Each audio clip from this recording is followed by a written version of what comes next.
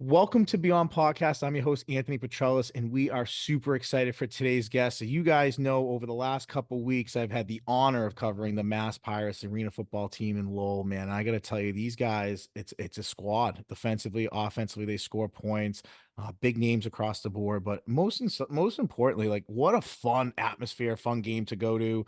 And we've been catching some fun stuff and being able to provide it for the team, the players on social media. So for us, it's been an absolute honor. And got plenty more home games left. And our guy here today, and I'll be honest, this is probably the first person I met through the Mass Pirates, was super nice to me. We met the day that I ran my 40-yard dash. We'll talk about that later. But great guy, so funny, but awesome to watch on the field, knows what he's doing, done it on the field as an athlete. We'll talk about his career a little bit today, but also as a coach, just, his offense. The last time I saw these guys play before their bye week, I mean, they might have scored every possession, or if not almost every possession. I mean, that's kind of what it felt like. So we got the command center here of the offense. So we'll talk about that. But just a little bit of love here. I got to give coaches love when they come on here.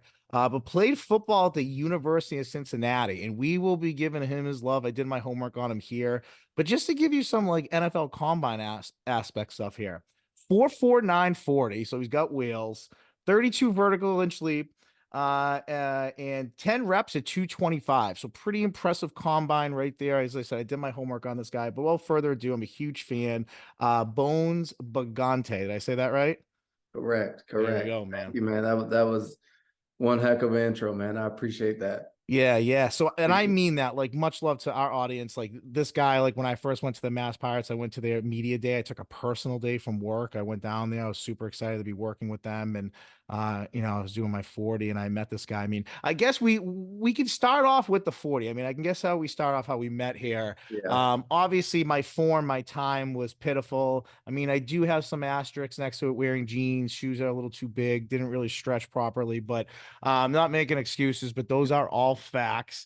But you came over, you gave us a great bite, and you promised me to get my 40 time down. So I want to show yeah. you love there because you were really great to me the first time I was there. I appreciate that, man. I work in the space of being genuine, and I think the more genuine people are, whether if they're quote unquote weird or off-putting or the generic norm cookie cutter, whatever your genuine is, whatever your base is, if you work naturally through that, you'll attract the people that need to be in your life.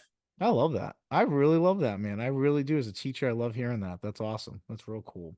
But obviously the OC, kind of what makes the engine run on the offense. Obviously, players do too, but you're kind of the mind behind the game planning, and we'll jump into that in a little bit. But I did mention your playing career at Cincy, so I'm going to throw some numbers out there a little bit, some little stat, geeking that I did here. But your career numbers, I'm going to hit upon two things here. And I could be a little wrong. So if I'm inaccurate, fact check me away. I got you. But career receptions, 127 catches, 1,567 yards with 17 touchdowns.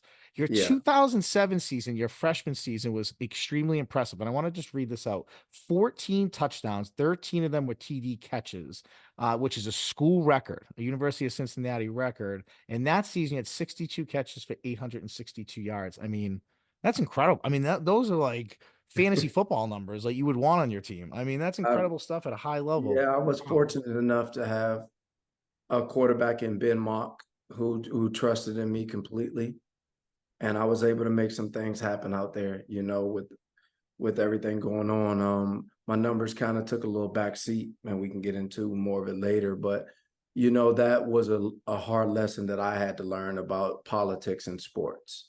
I'll say it like that. And so when you hear my freshman year numbers and me garnering a All-American thing and me being in different roles, and I was ranked, I believe, second in the nation behind Crabtree, That's what I had right here. You were 13th second in the overall. nation that year as like Yeah, rookie, like freshman of the year, right? yeah. Yeah. So my numbers that I put up my freshman year, and then after that, there's really no comparing them, because of me learning politics the hard way in sports. It's not like it is now. I'll just jump right into it. It's not like it is Yeah. now. Now you have NIL, and they're wanting you to do other sports. They're wanting you to create music. They're wanting you to do this and do that. I was ahead of the curve. My brothers make fun of me all the time. They say, "Man, you were born 10 years too early." Because when I came to school, I had my locks in. I had a certain way that I dressed. with fitted clothes, skinny jeans and stuff like that. And this is Mhm. back in 2006, 2007. Okay. And I was covered in tattoos already. It was like me and Lil Wayne was probably the only people covered head to toe in tattoos, face tats, arm tats everywhere. And I put myself in a position where I had to make it. That was me. This is all or nothing for me with football. And I did music. I excelled at basketball as well. Mhm. A lot of people know me from basketball now, but back then, that's when I was jumping from the free throw line, between the legs, windmills. Like it was incredibly athletic feats. And I also won the high jump back then at 6'10" and a half I when I saw was that. Yeah. Yeah. so. But back then, I wanted to go to college and play. I got picked up for the baseball team at left field. Mhm. Um, I also got picked up on the basketball team to play point guard, and I was playing on the football team. But after my All-American season, they didn't want to risk injury, so I couldn't do the other things, and I couldn't do my music stuff, and I couldn't do my clothing or my acting and comedy. And now they're in a unique position to capitalize and monetize off of what they can put into the world, and that's awesome. But I couldn't do it back then, and I wanted to, and Yeah. that's what put me in a little bit of a doghouse per se with the coaching style. I mean, talk about this for a second, and then just hearing you talk. I mean, you potentially were a three-sport Division I athlete, right? Yeah. I mean, that's unheard of. I mean, I've never heard of that before. Is that common in school or no? No, I probably would have been the first. I was actually the first at my school, I believe, to start both ways. Well, you did in 2009. I wanted to touch upon that. In Yeah, 2009, you played receiver and and you played corner. defensive back, which living in New England, I've seen that with Troy Brown. I've seen that with Julian Edelman at the pro levels.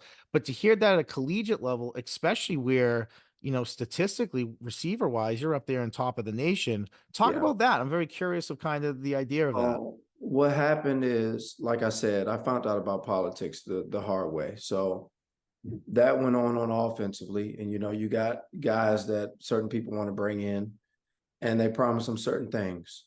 So I remember a specific conversation and exactly when things switched for me. We were playing Oklahoma. I believe it was week 2 or week 3. And I was slated to probably get like 400 yards that game, all purpose with kick return, offensive. I was the guy, Yeah. going into that. And in that practice, it was like, hey, how long is it? How long do you think this player will take to take your spot? And I say he's not good enough to take my spot. He would never take my spot, but he can have my spot next year because I would like to enter the draft to provide for my family. That's a big no-no, guys. Okay. You being in school for them at that particular time in space is how they make their money. And he looked at me with a straight face and said, I can make you look like a superstar, or I can make you look like shit. Remember that. And from then on, that's kind of went downhill. So after that happened, and I didn't get the ball in that game, I actually tried to transfer out. I was just going to ask you, transferring back then, how was like that? Obviously, You now had to it's even sit out better. a year. If you went D1 to D1, you had to sit out a year because I was going to transfer out. Because I said, if this is the standard set at the biggest game in our career thus far, this is what's going to continue to happen. So I looked at transferring out. I looked at going to Alcorn State. I looked at going to Appalachia. I mean, everybody would have loved to have me, Right. I because of mean, right. numbers and stuff. So I looked at transferring and I did it. And, my mom talked to me a little bit old school, like, stick it out type of thing. And, so I did. And I went to Coach Combs. He coached DBs for the Titans, and he was an Ohio State coach. I'm unsure of where he's at now. But I went to him and I said, I want an opportunity to play defensive back. And he looked at me, he said, I love you, Bones, but you're going to have to start, and it's 6 people in front of you. So I said, okay. And when we got to spring ball, I was starting. Wow. I mean, Yeah. talk So, about that's a story. I mean, that's a story in itself. yeah. I mean, obviously you're an athlete, and I'm sure in high school you played defensive back, but at Yeah. I that started. level, at that speed, the level, as you know, as a receiver, the margin for error is so small, man-to-man Correct. coverage and everything else. I mean, how much of your game did you have to change? I didn't really have to change a lot of it. It was more so don't cheat, if Yeah. that makes sense, because with my knowledge base being so vast on offense, I can tell off certain alignments, what routes are more than likely going to be ran. So I had to stop myself from cheating and hone in on reacting because I could put myself in a bad position thinking I know the play and I don't, and they had a joke at practice because after I started the spring game and every other practice, no one caught anything on me. Yeah. Like if that was a no-go. You weren't going to run by me. And I'm extremely physical because I grew up playing running back. I switched to receiver in high school. So I grew up playing running back. So you're not gonna block me. I'm gonna get off of it. But there was a running joke on that since I knew the offense so well, I would look at the signals because we were spread offense. So Yeah. they would have me always face a defensive coach. They would call a play, then I would turn around, but I would still end up getting an interception. I mean, it's so funny. I was a defensive coordinator. I remember same thing. Like our defense was just kind of hammering the offense, and it was like semifinal week, like state championship. And the coach was like, "You're just hearing the call and seeing the system." Like, no, we're not. Like, we're just Yeah. playing defense. Like. So when I hear that, I always just think of that moment. I'm like, that is a typical like when something isn't going right on the other side of the ball, one of those coaches just start chirping, like, "Oh, come on!" Like, Yeah. like. But hey. And that's great for you. I mean, that seems to be kind of the story. I mean, when you, as a young man to go through that, I mean, people forget at the end of the day that college athletes are college athletes. I mean, even some of these arena ball guys that you coach, they're young guys. They're young. I mean, they're big, they're muscular, they look a lot older, but they're young kids at the end of the day. And so going through something like that, understanding politics, maybe a coaching switch or whatever that it was, it's tough. It's tough when people come in and they're a certain way. And you mentioned at the very top of this, like you are all about like the good in people, no matter who they are or what they are. And when people come in and that's your first 10-second impression or your first like conversation, like it's tough. It's tough to recover from Yeah. and can Yeah. mess with you a Extremely, lot, extremely tough. Extremely tough, especially a young man. kid. And you're from Baltimore, right? Oh no. Oh, I'm sorry. Where are you from? I wrote that down wrong Washington, then. D.C. Oh, my bad. Sorry, Yeah, sorry, yeah. sorry. Yeah, Washington, D.C. I went to school in Upper Marlboro, Maryland, at Okay, Frederick maybe that's Douglass. why. Maybe that's Yeah, why I yeah. had Baltimore in There my is a head. Frederick Douglass in Baltimore. Okay, okay. So Yeah. maybe that's what I looked when I was looking up your high school. Maybe that's what I did by mistake. Um, so I'm just looking at stuff here and going over all your stuff. You mentioned again, like 2009. That's great. For you though, like, and I love having like college athletes on here, people that play collegiate sports that talk about this. Talk about that next step for you. Like you play Division I college football. For some people, the NFL draft, this doesn't happen, but there's a ton of people that continue to play ball. There's ball that's played all over the place. For you, talk about maybe those next steps for you. Obviously, you want to still be involved in the game and play at the highest level you could, but you've been in the coaching realm of it too now for a few years anyways. I mean, talk Yeah. about for those people out there when that collegiate career ends, kind of like because there's so many interesting things about you. There's so many things I mean, we're gonna talk about basketball. You mentioned slam dunk, all the stuff, right? But for you, just kind of talk about those next steps and knowing that you want balls in your future and you want to play it as long as you possibly can. Yeah. So I'll put it to the kids like this who think they have it rough. I have always been a four-sport athlete: basketball, football, baseball, and track my entire life. I've never had a summer where I didn't play a sport since I was 5 years old. I've always been the best on every team I've been at since I was 5 years old, and that's going all the way up, even playing pro. I've been the best person on my team since I was 5 years old. Hmm. So imagine being the best person on your team, going all the way up, even in college, being the best person on your team and some would say in the nation at certain times of my career, Yeah. to coming to a point where you finally get to go prove to yourself more so than others that you're the best in the world because you're now getting an opportunity to go to the NFL and there's a lockout. Oh There's wow, no that's the NFL year. anymore. Okay. There's no NFL anymore. So I've prepared my whole life for something that doesn't exist anymore. And it was unclear of to what was going to happen, So I went into a depression that I can look back now, but I didn't know at the time. And so I went into a state of depression, and just tried to dig myself up out of it. And I coped that with basketball, and I ended up going overseas and playing pro ball during that time, and then the basketball lockout happened, So it's and just I like came back. Lock will just follow you around everywhere you go. Yeah. So that's a little bit about what happened when I was coming out. So, I mean, talk about that then, because here you are. I mean, you are a legitimate. I mean, you're 6'2", right? I mean, I have here, you're 6'2", 185 about. I mean, I could be a little wrong Yeah, there. when I graduated, I was 6'2", 195, 8.5% body fat. Wow, there you go. So even more lean, even bigger, right? Yeah. But I mean, I mean, what I'm seeing in the NFL game, anyways, especially when I look at the drafts. I mean, I love watching a draft because I'm always just like, especially defensive side of the ball where you don't get to see things as much. But to me, you're seeing more corners in this league that size, like 6'2", Yeah. 195. Like you are starting to see that trend happen because, and tell me if I'm wrong, you know this better than I do, but you probably on the other end, like you're a freak athlete. You play basketball overseas. You know, you mentioned a four sport athlete, like, and that's true. But on the same token, like for you, like talk about being I guess like a multiple sport athlete like yourself, because so many kids nowadays are just like focused on football or focused on basketball, and that's it. But you, since you've been 5 years old, have played every single sport, and it's not everyone's able to just drop a sport and pick up the next sport and be able to continue to play it. But you Yeah. also learn about yourself character wise and confidence wise and working your body out and taking care of it.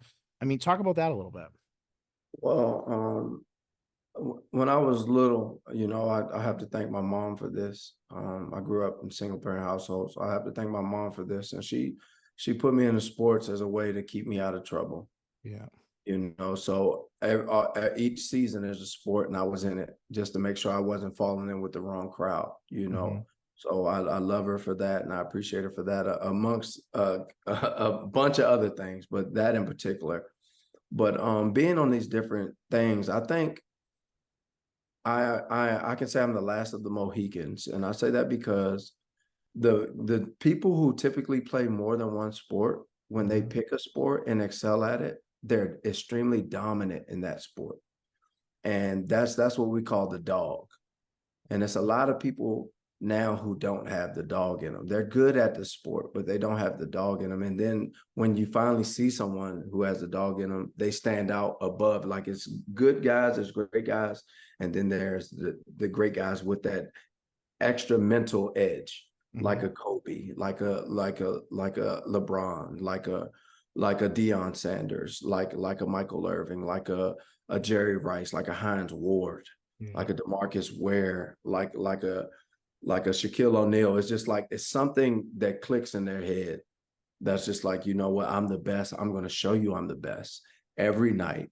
And you're going to have to stop me, even if you know what you're doing. That type of dog. And that helped develop the dog in me, because I was able to put myself in different situations physically and mentally in these different sports around a different cast of other people, learning and taking this from there and this from there, and dropping some stuff that I picked up that wasn't so good for me, and able to mold a person that is extremely aware of his surroundings, adapt. I can adapt on the fly, and things like that. And that helped me in life, but especially in sports, especially in sports. I don't know Yeah. if I answered your question or not, but No, you did, and yeah. and the reason I was kind of saying something else, and then I dropped that in there, and going back to it is because, like, you look at today's NFL, right? And I mentioned the bigger corners. Like for Mm-hmm. the most part in high school and college, how many 6'2", 190 receivers are there? 6'3". Like you said, you have to like stand out. Like you got to be a dog. You got to if you're that size at receiver, there's 25 other receivers that are that size that Yeah. can run and jump and catch and so on. On the other side of the ball, corner, there's not many guys who can run and jump and run with those guys and catch with those guys and so on and so forth. So you're Right. kind of seeing, I guess, that change in the NFL. And that's like, to me, that's also just being an athlete. Like if you're a 6'2", 6'3", 6'4" guy that can run down the field stride for stride and break points when guys break, like you weren't playing football your entire life at points. Like I would have to think that like you were an athlete in other Right. sports because you just aren't a big guy who can be so gifted at doing that without being gifted at playing other things as well. Correct, man. Correct. And you got to think, when I was coming out, the NFL wanted bigger receivers. They wanted your Andre Johnsons. They wanted your Michael Crabtrees. And Right. now, 10 years later, you got the guy from Alabama who went number one overall, and our physicalities matched up like perfect. Like, you Right. know what I'm saying? Like Right. it Right. was, it was, and it's just one of those things, it's just one of those things. I don't wish I was born different or none of that. I don't wish I had a different life. I'm appreciative of what I have now. And it took me a long time to get there, honestly, because we always play that what if game. Right. And if I had just transferred, man, if I had just did this, because I still find myself doing it now, because you got to understand that I had good grades, so I got into a lot of Ivy League schools, and I was going to go to Yale, and they were like, how it is that we don't give athletic scholarships, but I was Right. going to Right. get an academic scholarship, you know what I'm saying? But they wanted me for track, honestly. That's the Wow. crazy part. What'd you do besides the high jump? Anything else? Man, high jump, triple jump, long jump, 4x1, Yeah. I ran 1500, 4x4, 4x8. Damn. I So was out there everything. all day killing myself. Yeah. Like I was out there all day. The 1500 is typically the first race. After that, the 4x4 is typically the last race, and then I had the triple jump in between, the long jump, the high jump. I did hurdles. Are you Like so, just like an I had about ultra 5 or 6 competitive dude? races a day. Really? Yeah, Are you yeah. just ultra competitive, like in everything? Like, are you ultra competitive in playing like cards or darts or pool? Like, are you super just? Because I hear you and I'm just like, man, this dude could do it all. So like I think like I'm a New England guy, so like I think Brady, like that was a story, it was about Brady. Is like he would want to beat you in everything. Like, are you that kind of guy too? That like I you're am just to a ultra certain competitive? extent. I Yeah. am to a certain extent. It's more so now. I'll let people think they can beat me and stuff, and then they're just like, and then I won't play them again. It was like, oh, you're scared, and I was just like, okay, bet Yeah. How like it. you must be like that a little bit coaching, right? Like you must sometimes want to get out in the field and go one on one with someone on a route. Or like, do you still want to prove it a little bit here and there? Have you done that yet? Has it crossed the mind? I'll put it to you like this. Um, Last season I was running routes and stuff, before and after practice. Not so much this year because we've been in different facilities. I only like Yeah. the turf, not the other stuff. But Yeah. if an opportunity presented itself in the near future where they were like, oh, this is what the contract is and stuff like that, and it was to my benefit, I feel as though I could come out of retirement and be, I'll say, top four in any league that I play in. Wow, look at that. Could you be a player coach? Is that allowed? No, they don't allow it. Okay. They don't allow it. It used to not be a factor because it was like older guys, but with this younger generation, if you're signed on, you can't play as a player. Oh, wow. That's So, interesting. That's interesting. but yeah, but you could be a player coach if they just signed you as a player and then you just coached. You just did it. Yeah. So yeah, I mean you could, but I have it's no doubt in my mind that because you got to think of the guys I went against when I was in school, and I Right. know I was in a different physical shape then, but I'm just now reaching my peak, if you ask me, because my mental is caught up to my physical. Normally, it's your physical first, and then your mind lacks because you're so athletic, you get away with stuff. And I Yeah. feel as though your prime is when your mind catches up to your body, and that's where I feel as though I am right now. And it's just I'm just think about it. I went against the McCourtney twins that played for the Patriots. One of them Right. went Rutgers. to Yeah. Rutgers. I went against Revis up at Pitt. I went against Cam Chancellor of Virginia. I went against a lot of All right. dogs. So, I mean, you name a couple of those dudes. Do you have any numbers against those guys? I mean, that's all my rookie stats. Against all Just those about guys? like just about I like got to do more homework on you then. like This is great. it's crazy because I played my redshirt year as well. I don't know if you can find those stats or not. I don't know. I didn't. No, I That's didn't. I when didn't. that's the year that Fitzgerald just left Pitt and Revis was Okay. still up there. And then you got to think Michael Jenkins was up South Florida, you Yeah. know. Yeah. Like it's a lot of those guys. Like it's just like there Joe Hayden was in Florida and we played them on the Orange Bowl. And it's Yeah. like a lot of those guys, it's like I Was that right? Was Elam there or was it before right before him? Matt Elam might have been there. I don't know. Yeah. I don't I know. That's a saw great that when I question. looked at your numbers. I go, ooh, I wonder if they like went against each other. Like it crossed my mind. I Madam, was like, oh, he wouldn't have guarded me because I was in the slot mostly. yeah, yeah, Yeah, I was in the slot. My senior year, I was slated to be outside receiver, and then Vidal Hazelton, who we had transferred from USC, he had got hurt on the opening kickoff against I think it was NC State, I think, or Fresno State. Whenever we played Russell Wilson. you were one of them. And Oh yeah, because he went there a year. That's right. yeah, That's yeah, right. yeah. So he got hurt, and then I went back to backside receiver. Yeah. But when Butch Jones came in, he was on that West Virginia staff in 2007, and I had 10 catches for 210 yards and 2 touchdowns. And he came in and says, I remember Bones. Where's Bones? We're going to get you back. And, I was in there. I was extremely pumped, man. You got to think I was 185 at the time. I was squatting 600 pounds. I was still benching crazy. Yeah. Like I was a freak, I was a freak athlete. And that just gave me what I needed to get back on. And then that injury happened and it shifted the whole layout of the year. When you talk about like your collegiate player days, and a few minutes ago, you just mentioned like the mental part of your game catching up to you, or the mental part of it catching up. What do you mean exactly, like mental? I mean, I know what you mean, but like just for the audience, like talk Okay. about maybe the things that you've just maybe gained a better understanding or just know better so much now that you didn't before.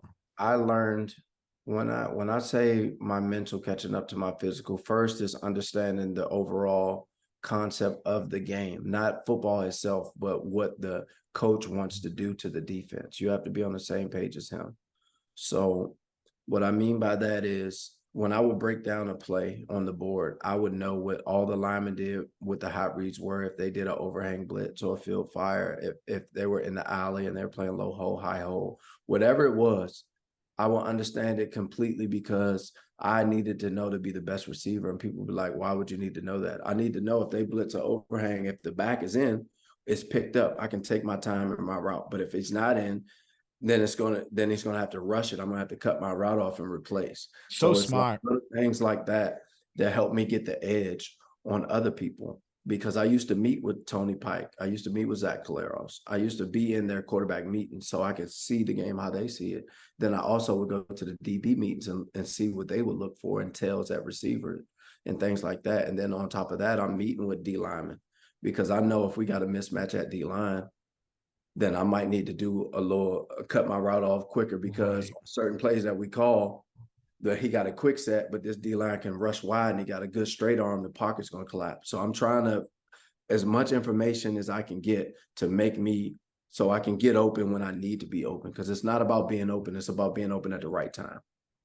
How much of that do you take into the coaching world now? Because to me, what you just said needs to be put into like every high school, like when the coaches have a meeting, that minute speech, what you just said, every kid needs to hear that because to me, at least in this area, coaching in Massachusetts, that is one of the most difficult things to get kids to understand is like on third down, we know they're sending heat, we know where they're sending it from, and we're calling X, Y, and Z because this area is going to be open and they're going to be in this coverage. So to get receivers to like, it's so difficult to do that. It's so difficult because like you even mentioned breaking your route off or just seeing that you're man to man and being like, okay, I'm going over the top on this. I'm adjusting my route. Like it's hard, at least in this area. It was difficult for a long time to get kids to understand why that is so important. So you just saying that, I was just grinning. I'm like, dude, this is like what I've done the last decade in coaching. And I'm a defensive coach, and I'm a defensive coach. And I say that to offensive players. So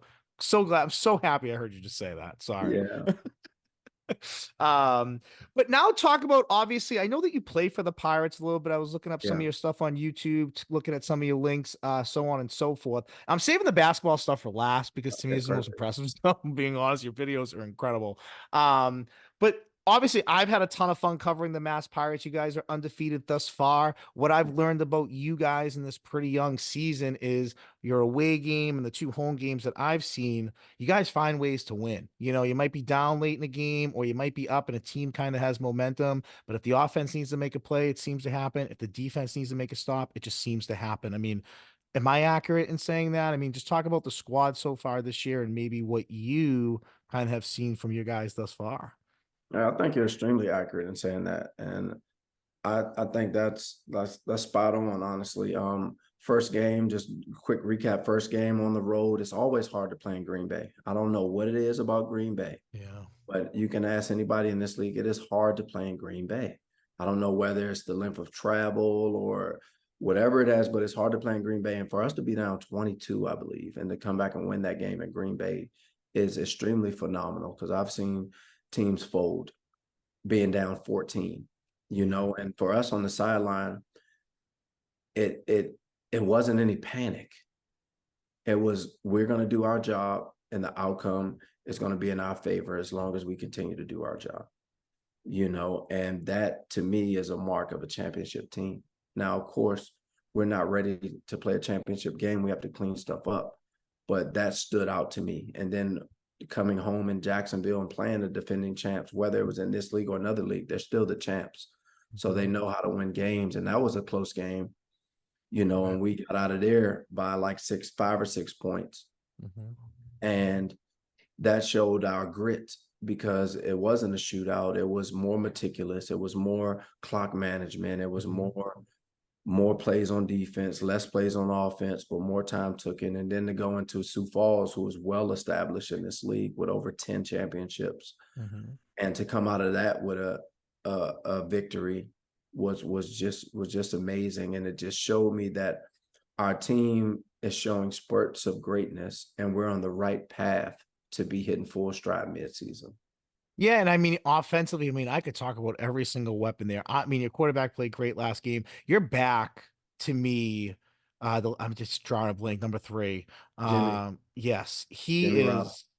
I mean, I just say this watching the game as someone who coaches and just likes watching football and pays attention to that stuff. Lining him up anywhere on the field is like a problem. Like when you line him up at wide receiver, like you have to literally it's like playing. I mean, you guys have so many good receivers, but when you line him up receiver, I'm like, oh my God, like this guy in open space is something. I watch him. I felt like last game he created a lot of like he was such a problem that you won your one-on-one matchups. Like all your plays down the field, you guys won because I think they was just worried about. I mean, I would be worried about him. I figure out how to stop him, but I just felt like your offense last game. I don't know what it was, but your quarterback was accurate, receivers were making acrobatic catches. But it was just that offense was clicking. I mean, bye week, you get these guys back a little bit. Have you seen it just kind of pick up from where it left off chemistry wise for you guys, or does that take a little Yeah, bit to kind of get yeah. back I mean, into? coming off a bye week, I don't know how anyone else handles it, but as me as a coach, I just review the base. Yeah. Just drill out basic stuff, footwork, hand placement on blocks, seeing the point, catching the fat of the ball, route running techniques, entry points, levels, and stuff like that. And then we get into our game plan. But I always like to review that base because you never know what guys has going on back home. It could be Yeah. good or bad, but anything can throw someone off focus, so you just want to get them in, refocus them before you install new stuff. So Yeah. that was pretty much my game plan for this And week. it was fun to see, like, I mean, these guys got like Easter weekend off, which is like kind of really nice too. You get to like go home, be with your Yeah, families, be with your loved ones, like perfect timing in that sense. definitely was. Um, for you, when I noticed like just play calling wise, and I don't know the arena game particularly well, but it seems like you're very balanced. Like I would love to see your guys' stat sheet at the end of the game because I feel like pass to run ratio is pretty balanced throughout. Is that kind of like, are you looking at that kind of how you look at 10 yards at a collegiate game, an NFL game? Like I'd rather put myself on like a 3rd and 4 where my playbook's a little different than being on 3rd and 7, 3rd and 8, because I've seen you on 3rd and 4, 3rd and 5 run the football.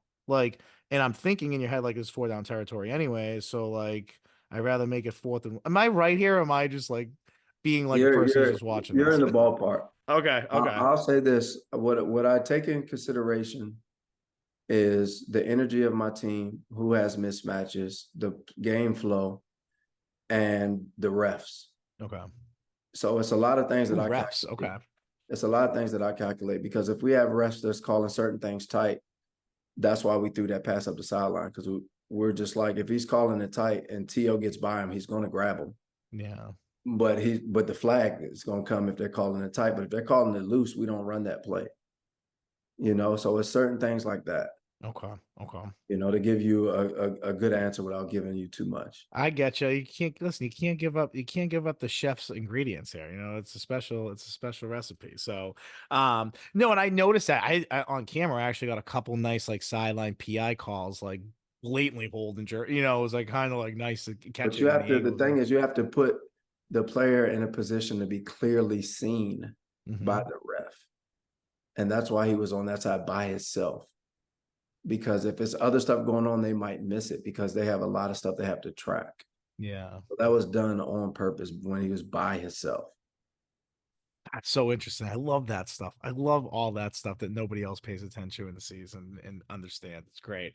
Um, you mentioned something before we hit record here, so I want to give you a chance to kind of get it out there. You talked about a little fun series called Walk the Plank with some of the Ah, pirates that you're like a big part of producing. And this is like what you talked about earlier, kind of this creative side, this fun side of yeah. you that you get to enjoy a little bit outside the world of football. So I'm giving you the stage, man. Talk a little bit Yeah. about it. So, well, first and foremost, before we get into Walk the Plank, Hmm.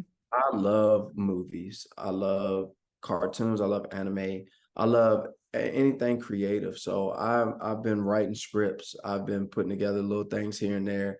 And for this opportunity to come, like you just said, is amazing for me. And I'm taking it full stride and head on. So that's just a great opportunity. So the TV series, I think it's going to be on YouTube. I'm unaware right Okay. now, but when it comes out, I'll let everyone know. I'll post it. But it's called Walk the Plank, and basically, I have open reign to do within taste, to do what I need to do to interview players and different things like that.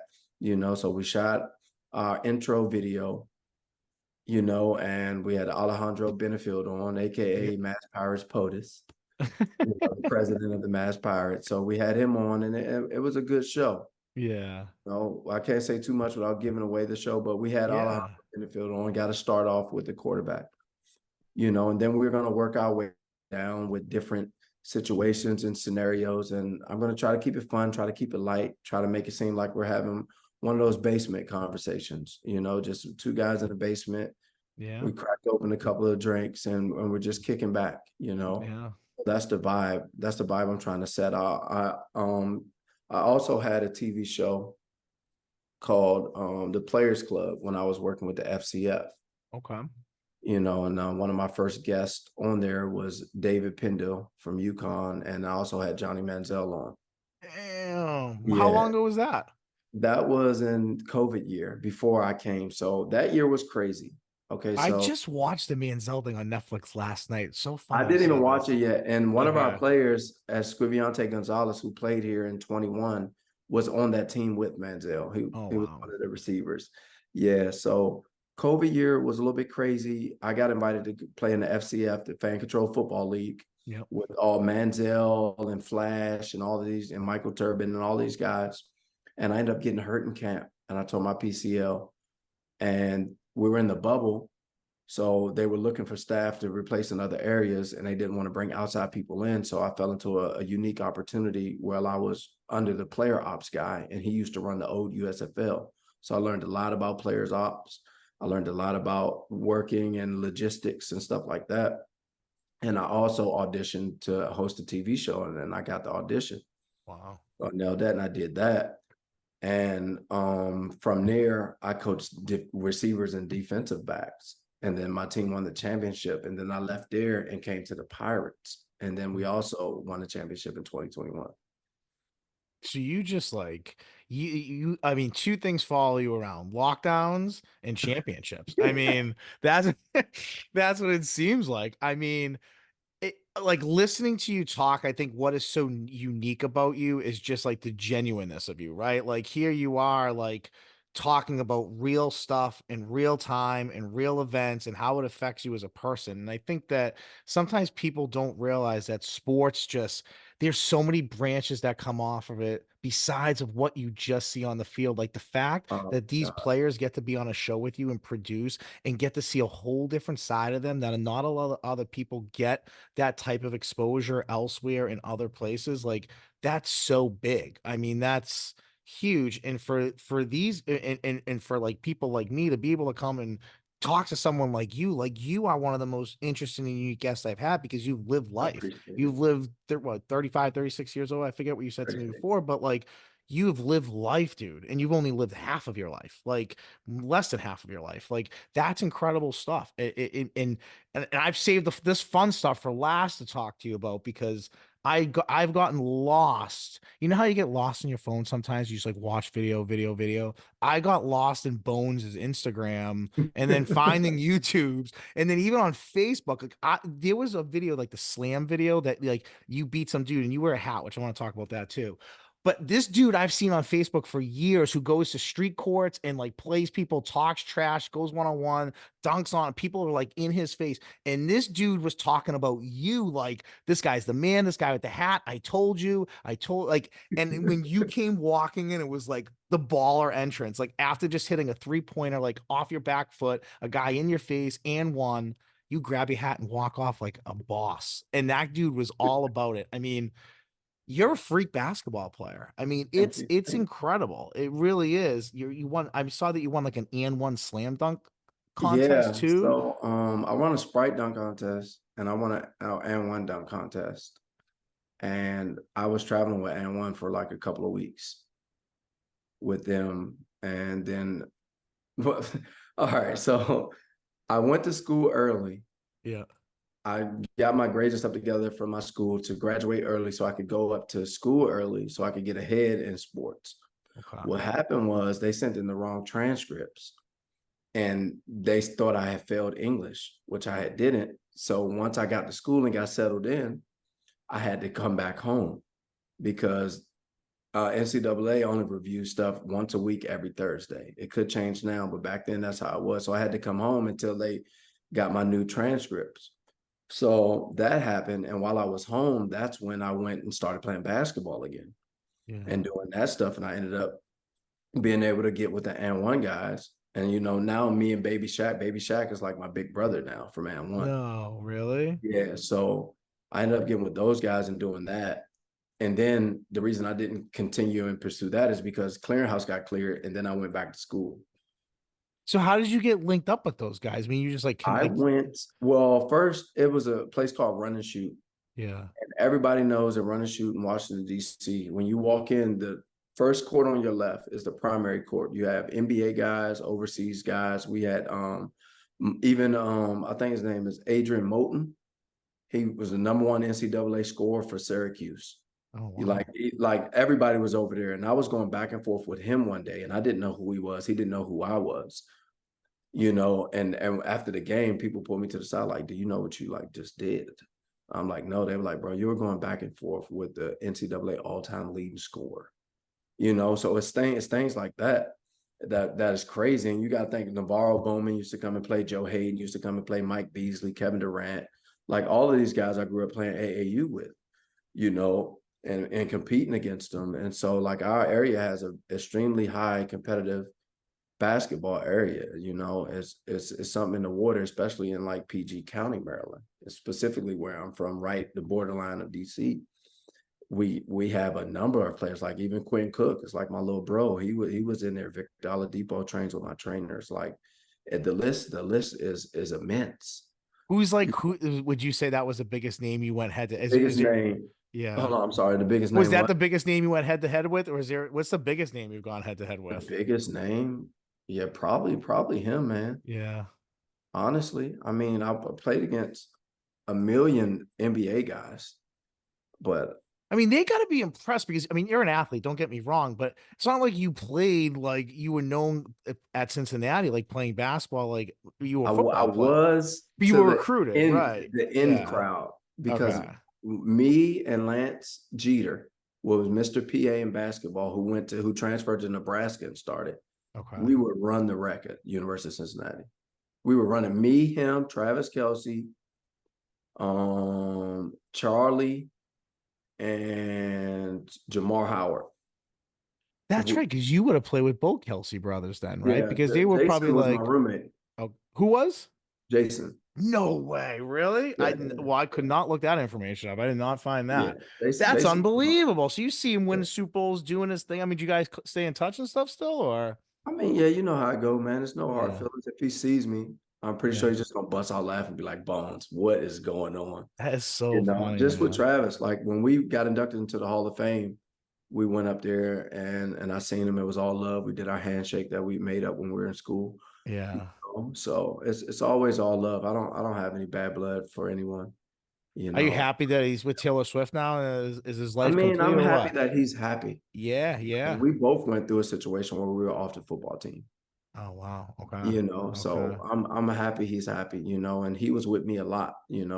So I'm Yeah. glad everything is what it is. It is what it's supposed to be.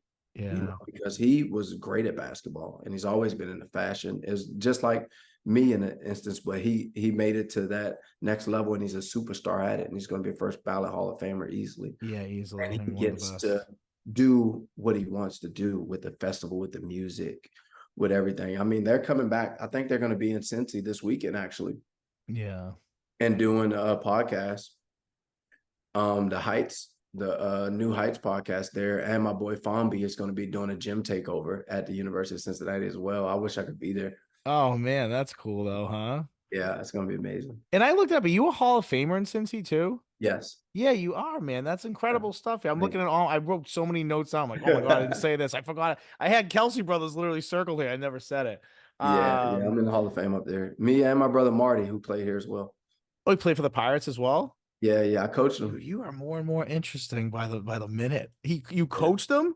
Yeah, I coached Marty. Marty, we played together at Cincy. We're both in the Hall of Fame at Cincy, and Marty played here the first year, and he got hurt after he tore his ACL after his first game. But I got to coach my big brother. That is real cool. That is Yeah. real cool.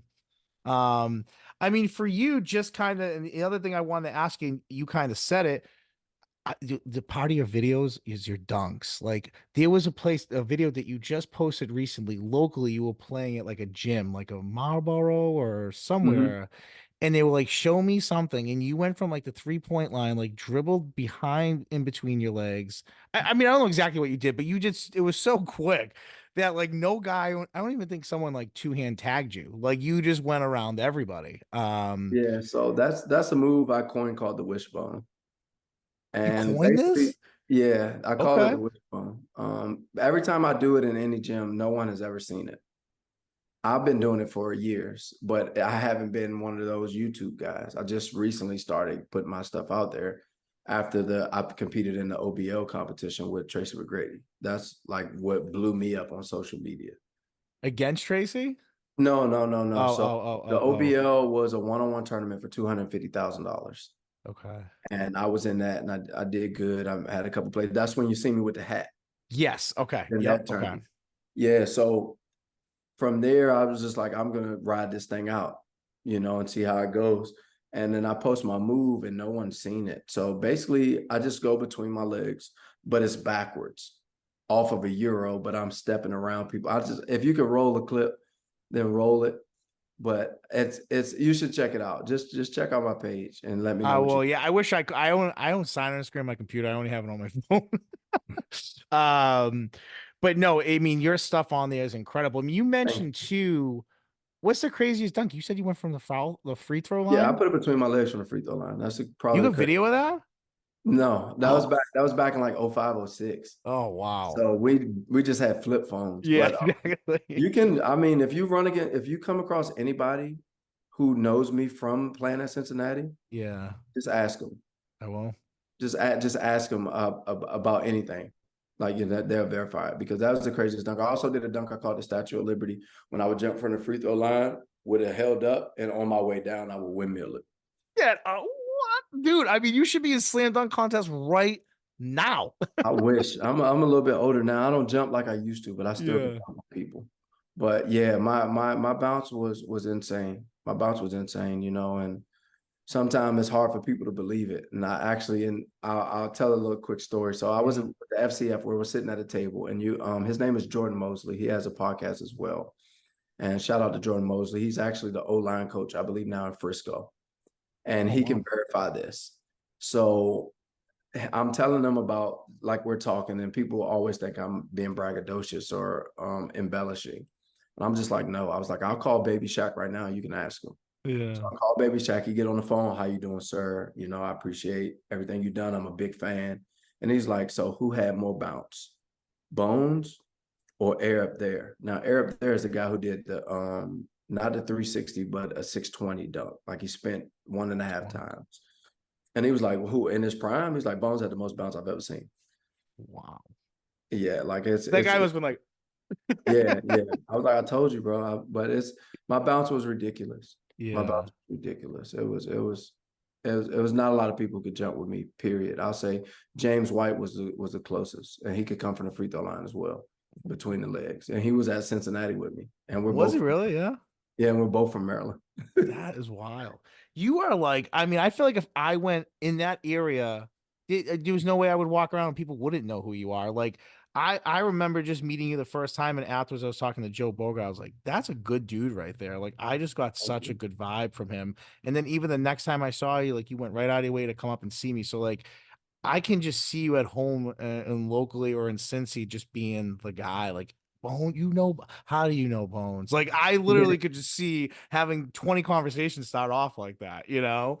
yeah, it's Um, it's it's a trippy thing. I'll say this: when we went back to Cincinnati, so the first year I was there, Brent Selleck had number 85, yeah. and that was under Nike. And then when I played my freshman year, it was under Nike, but we Mhm. switched my junior year to Adidas. So I always say every Adidas 85 is mine. They bought it for me, and I went back and I saw a lot of people in those jerseys still 10 years later, and that was a great experience for me. I mean, that's incredible. I mean, that's incredible stuff. I mean, to me, I'm gonna ask. Well, I got two questions I want to ask you. One, I want to talk about your hat because we haven't touched it yet, and I was hoping you were actually going to be wearing it. Um, but to me, you are the best dressed coach in all of arena football. You got style better than all of them. But I loved your hat. You know, I loved it before I started even watching the basketball videos, and then I see it was almost like your signature trademark. Where did that come from? And one, and two, why aren't the Mass Pirates putting their logo and making you a specialized hat for the sideline? I mean, I'll say something. I will gladly defend you on this to whoever will listen to me, but they should be making you a specialized Mass Pirates hat that you wear. I think that's I think that would be dope. I I think think it that is. would I be dope. mean, I'll you should tackle that first. I talk about think the that Walk the would Plank be episode. extremely You could dope. talk I about think it that would be there, you extremely know? dope. If I had my own hat, that I could wear with the Mass Pirates stuff. But I have a couple of dad hats with the logo on it and Okay. things like that. I don't think I would be able to wear that particular style due to the headphones. And Oh, okay, unless it was okay. like a different, like a special order, like you said. But as of the signature, I've always played in hats. As you can see, the one video that you were talking about earlier, I had a hat on. I had the Hmm. old school, actually the Warriors hat on, the old school original Warriors. Oh, wow, Back okay. when Full House, the dad was wearing the jersey, like one of those ones. Yeah. So I always played in hats. I felt as though I played better in hats. And the only reason I wore hats is because it makes you warm up quicker because your heat is released through your head. So Yeah. that's the reason I started wearing hats. So it'll make my body warm up quicker. Wow. And I like being able to go full speed from the first play of the first game that I play. So that's why I started wearing hats. And now when we get into this derby hat that I wear, um, I played in it a couple times before, and it's wool, so it really helps me warm up extremely fast, like 10 minutes, and I'm completely lathered. So that's Mhm. why I started wearing it. And I would traditionally take it off after I would get warmed up. But one day I kept it on, and I'm just like, this is a way of me wearing like a quote unquote sweatsuit without wearing the sweatsuit. Yeah. It was like a cheat code for me because I was less, I can lose weight, I can get in shape, and I can look stylish. So I was like, that's what I'm gonna do. So that's where that came from. And then when I went viral and stuff like that, I was just like, well, it's not a bad to have a signature hat. I look good in it. Right. No one's playing in a hat of this nature. So why not? So I just took it and ran with it, and it exploded, and I got picked up on Slam magazine and went Yeah. viral. And I think it just when I reposted that Slam magazine, I think someone else picked it up because I went from like 80,000 followers. I think I'm at 105 now. That is wild. So I appreciate you guys. I reached 100K, and that it's so surreal. Yeah. So it's amazing, man. I just appreciate my support. And I thought it was so smart because I thought the same thing. I'm like, man, this guy's like a freak athlete. And on top of it, he's wearing something that nobody else would wear. So it is like, not only do you stand out athletically in what you're doing, but you also stand out because you just look different than everybody else by just having something so simple on your head. But yet, I think it sums up your personality perfect. Like, in a lot of ways, you know, just kind of hearing what you're interested in and what your vibe is with things that you do outside of football as well. So I think it matches you well. And that leads me into like my last segue question with you is, and I mean this, like you are such an interesting person who seems to just have a natural act of just like doing something and being really good at it and excelling at it, and taking it to that next level. Right now, you're in the spot that you are in. You are successful. Your team is doing well. Offensively, you guys look great. What is Bones is like? Is there like a big end for you? Is there like a spot that you want to get to, or are you kind of just living life and just seeing where opportunity takes you a little bit? Um, I'll say this. For every opportunity that I get, I pick the one that gives me the best vibes, the one I'm most excited to do. And therefore I can make sure I show up every day being grateful to do that. And by me doing that, I will excel without worrying about the end results. You know, so I just try to keep it like that. I mean, I have a plethora of things that I would love to do and that I'm going to do, you know, from football to movies to clothing to, you know, to a lot of things. But I believe right now I'm setting the foundation for those things because I'm currently right now running a basketball league back at home. Do more, say Awesome. less, which is my mantra. It's Yeah, like actions speak louder than words. Do more, say less. love that. Basketball league back at home in DC, and we're this. I gotta post that actually. I'm glad we brought that up. I gotta post. Man, I tell you, there's so many things on social media. I'm like, oh my God, I forgot to make Yeah, this I real. I gotta forgot to post do that. this. But Yeah. we just finished the first round of playoffs and we're going into the second round. Is just that's been a blessing to have those guys back me up as I've been away because you know it's hard to find good help.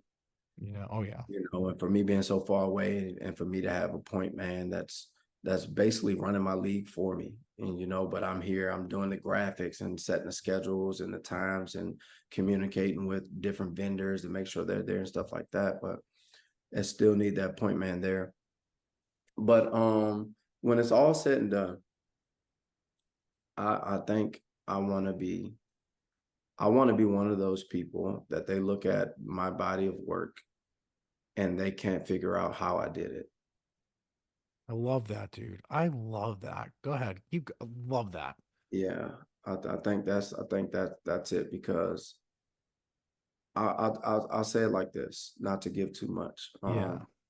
My basketball league is the beginning, and the festival that I'm going to be bringing is the beginning, and everything is going to have an intersection within each other where I have a festival here and then the playoffs are played at the festival and then this and that and then you got, you know, it's a lot of things, but it's a lot Yeah. of things. And you know, I'll talk to you outside of recording Yeah. more in detail and maybe you can help me and we can help each other Hell be yeah. successful. But I'll say that I want to get into throwing festivals. So if anyone Mhm. out there has any knowledge base, insight, or anything, I want to put a strong board together and then we can develop on how to throw a festival. Yeah. Music festival, wine festival. I don't care what Yeah. festival it is, but it will be extremely meticulous and it will be successful, I you love know, it. whatever I decide to do. And it will help us in our other venues because with us doing it, with us doing it to the magnitude that we will do it to, now we will be perceived with more value to others. I'll say that. No, I think that that's so important, right? Because when you just like when you said, like, even going back to your mantra, like, man, like I'm a teacher, I'm a fifth grade teacher. I coach. Like my life is dedicated to just doing well for others. I can't tell you how many times I've given kids money in my own pocket to take the bus or to get dinner or just they needed money, you know. And families I've helped. Like so when I hear you say that stuff and you're just like, you know, I have a basketball league at home. Like I want to be involved. Like that's me. Like I love there's no better feeling than seeing other people happy, other people smiling, and other people happy with what you did and you put together.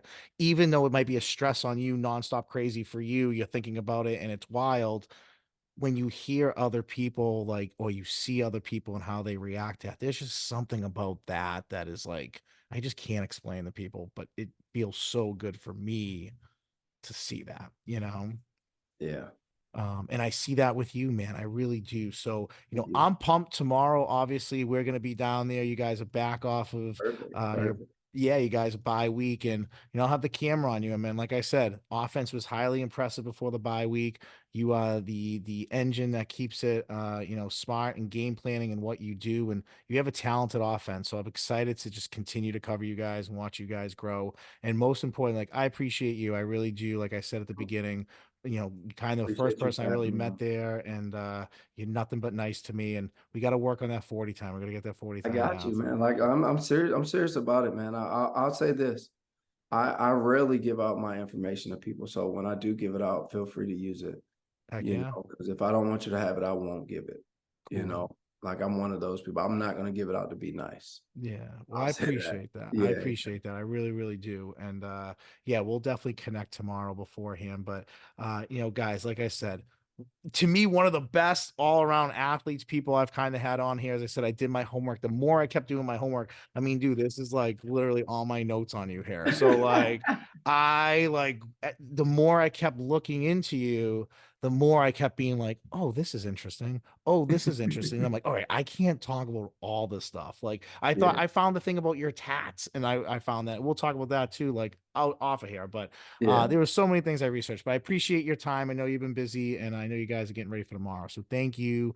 Yeah. I appreciate it. Yeah, and from Beyond Podcast, guys, I'm your host, Anthony Petralis. Tomorrow night, 7:05, Mass Pirates down the Songus Arena. Get there. It's a great time. Until next time, guys, see ya.